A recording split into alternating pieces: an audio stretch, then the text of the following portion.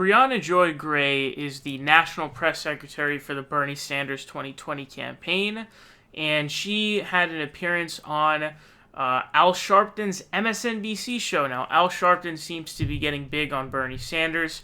My inkling as to why is probably because Killer Mike has convinced him, but he's been having some Bernie folks on. He had Killer Mike on. Now he's having Briahna Joy Gray on, who's his National Press Secretary. And she is going to educate Al Sharpton on the electability of Bernie Sanders. We don't talk about this enough. Bernie Sanders is just starting to talk about his electability now more, as we've covered in a couple other videos where he's basically saying that Biden is not electable because of his past on issues like trade deals and the Iraq War, whereas I have an actual record and I have the electability factor.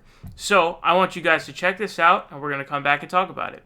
To setting the tone for what's going to happen over the course of the election. And as long as those voters have that kind of weight, as long as those votes and opinions matter, I think that we have some kind of stabilization, some balance in what, to your point, so you want to keep it the way it is. You don't agree with Kathy? Well, I'm not in charge of deciding what these things are, but I think it's a worthwhile conversation for the DNC to have as they continue to try to increase the amount of representation that's here in our country. When we have voter suppression happening at the rates that it's happening, right? When we have so many people who don't even go. Remember that just in Wisconsin alone, 87,000 Black Americans who voted in 2012 chose to stay home in 2016, not as a majority because of voter suppression. Only about 3% identified voter suppression as a reason, but overwhelmingly because they felt like none of the candidates in the race were offering something for them, that it wasn't worthwhile for them to come to the polls. So we have to look at the entire gestalt of what's suppressing the vote in our community. But who won the Wisconsin primary?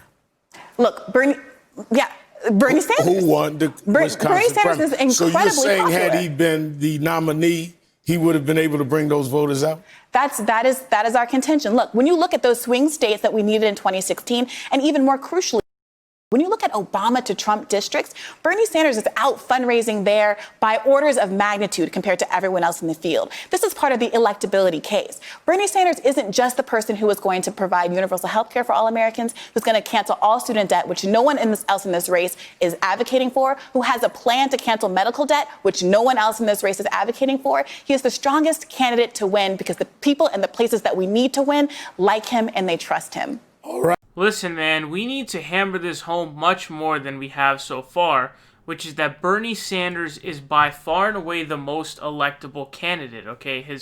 A poll had just recently came out showing that he has the highest net favorability amongst the Democratic candidates.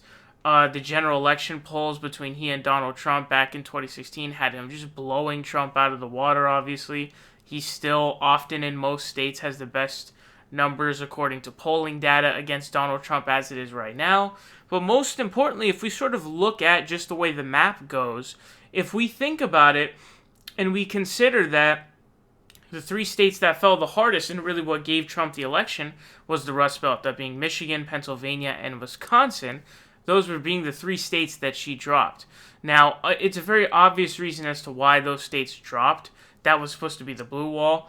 But the reason why those states dropped was because she, obviously kicked the Bernie Sanders wing down, as well as it was her campaign who said that, I forget who it was that had said this, but basically had said that, for every Bernie supporter we lose, we're going to pick up 2 moderate Republicans, which completely failed, which is hilarious.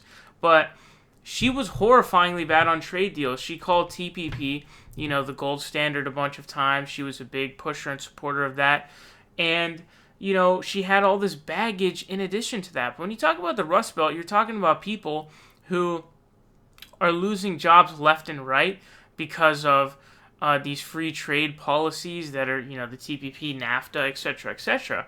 And so if you have a candidate who voted for those things and is the reason why their jobs have been shipped overseas, are they going to support your campaign? Are they going to support the guy who's calling out those free trade policies and falsely claiming that he's against those and that he's going to do, the opposite of those trade deals?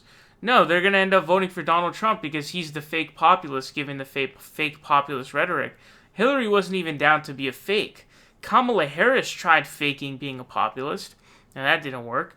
But Hillary didn't even try. She could have at least, if she wanted to, she could have won even just by, half making stuff up or half embellishing her positions, but she didn't even want to do that.